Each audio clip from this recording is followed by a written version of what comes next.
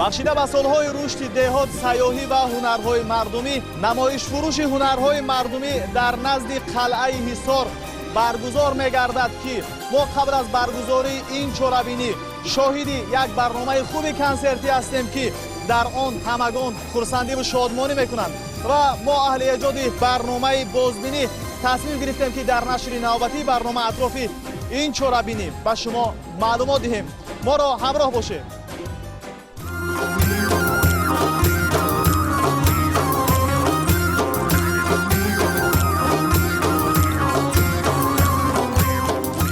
кушодашавии ин тадбири фарҳангӣ, яъне бозори хариду фурӯши маҳсули дасти ҳунармандон, доираи зиёди дӯстдорони фарҳангу анъанаҳои миллиамонро дар назди қалъаи Ҳисор ба ҳам овард ва тантанаи хурсандиву шодмонӣ фазои ин макони таърихиро фаро гирифта буд.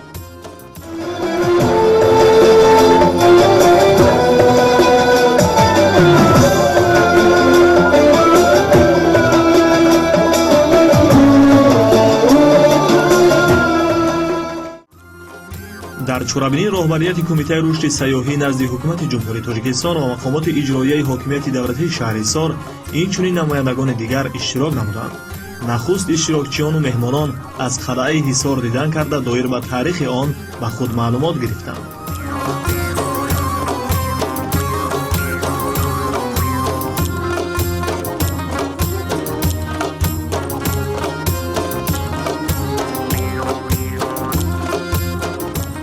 воқеан чорабинии мазкур хабои идона ва тоҷикона дошт, чун гулдухтарон ва аксар иштирокдорони он либоси миллӣ ба бар намуда аз баргузории чунин як тадбири фарҳангӣ хушҳолӣ менамуданд.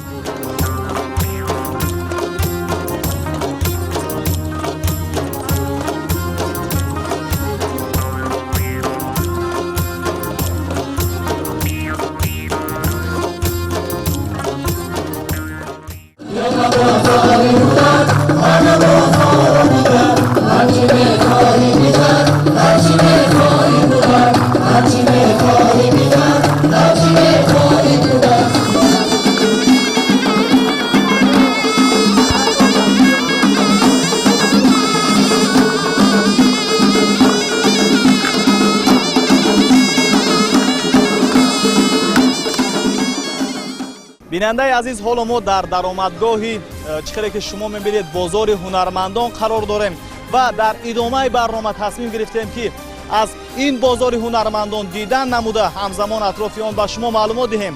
пас меравем.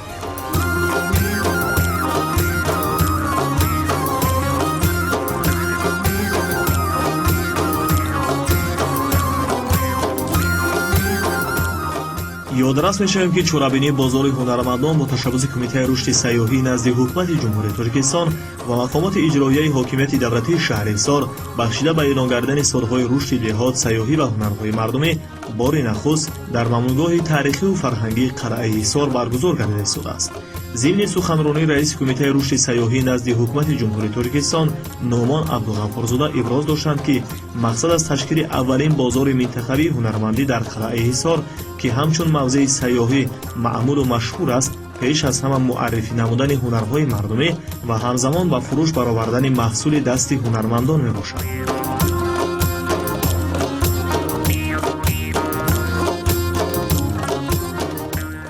мақсад аз баргузор намудани чорабинӣ эҳё ва ба фурӯш баровардани маҳсули дасти ҳунармандон мебошад.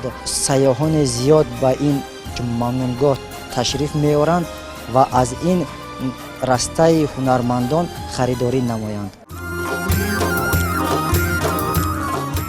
дар растаи намоишфурӯши ҳунарҳои мардумии ҳунармандони Чирадаст аз шаҳри Турсунзода, ноҳияи Варзоб, шаҳри Ҳисор, ноҳияи Рӯдакӣ ва ноҳияи Шаҳринав иштирок намуда маҳсулидастони хешро пешниҳоди ҳозирин гардонда буданд.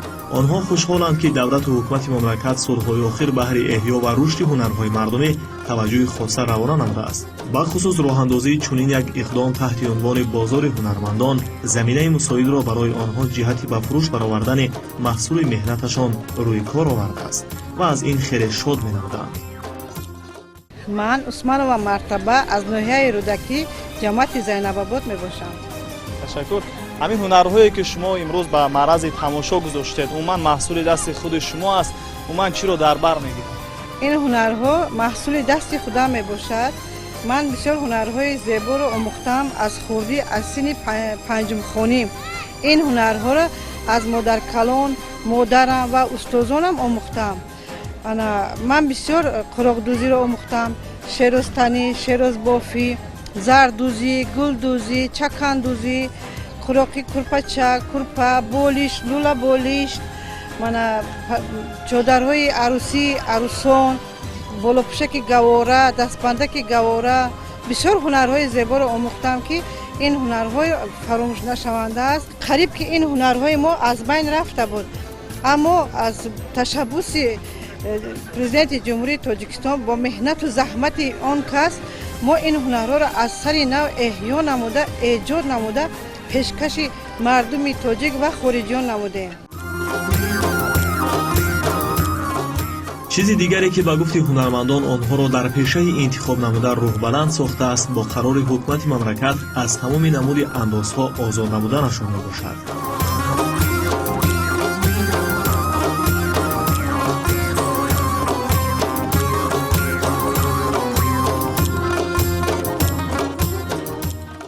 матои атлас мегӯянд. ин хеле дамо дастрас аст, бисёр қимат не чизҳояш. инро ҳами гул сохтанам душвори бад нест. ҳами матоҳо кати месӯзем. Харидор ҳаст? ҳаст, мепурсанд. ҳаст, харидоро ҳаст. айни замон баҳри рушди соҳаи ҳунармандӣ ва дастгирии ҳунармандон паст кардани арзиши аслии маҳсулоти ҳунармандӣ ва ба бозори ҷаҳонӣ баровардани онҳо аз ҷониби кумитаи рушди сайёҳӣ тадбирҳои зарурӣ андешида шуда, баргузории чорабинии имрӯза низ татбиқи ҳадафҳои дар боло зикр шуда маҳсуб меёбад. масъулин зикр менамоянд, ки бозори намоиш ва фурӯши ҳунарҳои мардумӣ минбаъд низ рӯзҳои якшанбе баргузор мегардад ва онҳое ки таваҷҷӯҳ ба чунин ҳунарҳои миллӣ ва аҷдодии хеш доранд метавонанд барои дастрасӣ муроҷиат намоянд. мақсад аз гузарондани чунин чорабиниҳо пеш аз ҳама муаррифии имкониятҳои сайёҳии Тоҷикистон дар арсаи байналмилалӣ, инчунин баровардани маҳсули дасти ҳунармандон ба бозорҳои ҷаҳонӣ мебошанд. ин имкон медиҳад, ки ҳам захираҳои сайёҳӣ муаррифӣ карда шавад ва ҳамзамон ҳунармандон ҳунари дастии худро ба намоиш ва фурӯш гузоранд. ин ба таъсиси ҷойҳои нави корӣ дар минтақа бисёр як таъсири мусбӣ мерасонад. дар чорабинии мазкур мо шоҳиди воқеии бозори гарми фурӯши ҳунарҳои мардумӣ будем, чун ба намоишгоҳ нафарони касбу кори гуногун ва ҳатто сайёҳони зиёд ташриф оварда аз маҳсули офаридаҳои ҳунармандон ба худ армуғон мегирифтанд.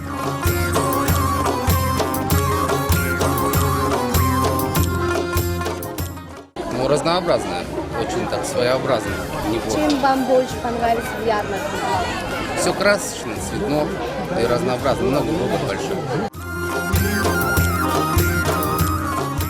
мояи сарфарозист, ки соли равон аз ҷониби ҳукумати кишвар қонуни ҷумҳурии Тоҷикистон дар бораи ҳунармандӣ ба имзо расид, ки иқдоми мазкур заминаи устуворро ҷиҳати рушди ҳунармандӣ ба миён оварда имкон медиҳад тадбирҳо ва барномаҳои нави соҳавӣ баҳри рушди ҳунарҳои миллӣ роҳандозӣ карда шаванд. намояндагони соҳа баргузор намудани чорабинии мазкурро низ аз татбиқи амалии бандҳои қонуни боло зикр меҳисобанд.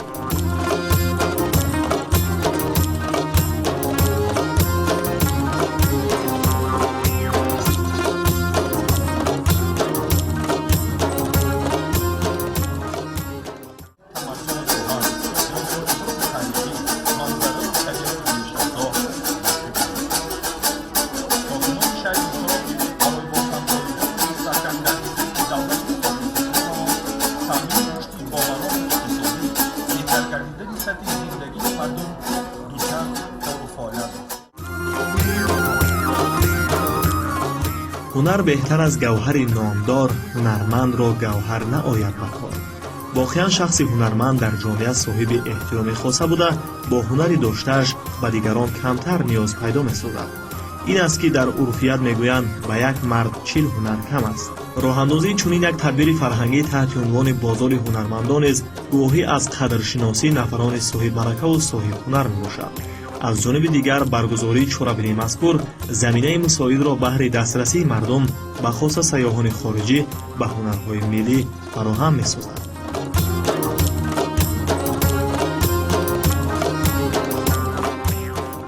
чанд сол шуд ки ҳамин кор да машғул аст? ма 20 сол шуд.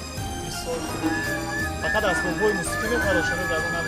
асбобҳои мусиқӣ мисол мара қошо, кавле, тавақ, дутор, ухлоқ, ҳамин чизҳои ҳамин зиндагии ҳамин мардум да. дар намоиши аввалин бозори минтақавии ҳунармандӣ як гурӯҳ ҳунармандон ки дар рушду равнақ ва эҳёи ҳунарҳои мардумӣ саҳм гузоштаанд бо сипосномаҳо қадрдонӣ карда шуданд.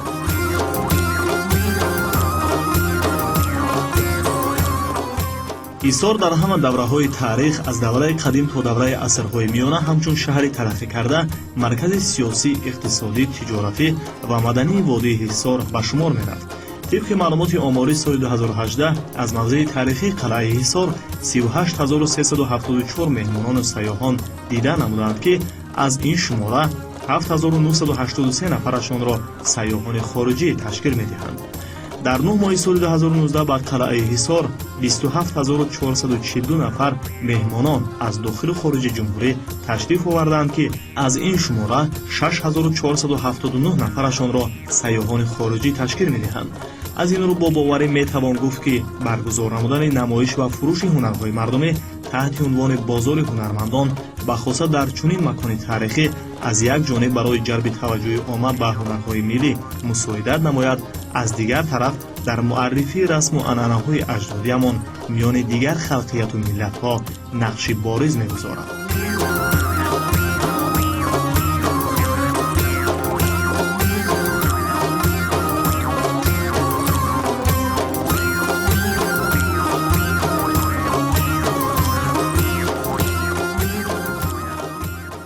بینندگان گرامی، نشر نوبتی برنامه بازبینی بود که در رفت آن ما از جریان برگزاری نمایش فروش هنرهای مردمی که تحت عنوان مرحبا و بازار هنرمندان در شهر حصار برگزار گردید معلومات دادیم. اینجا نشر نوبتی برنامه رو به انجام می‌رسونیم. تا دیدار دیگر سلامت و کامیاب بمانید.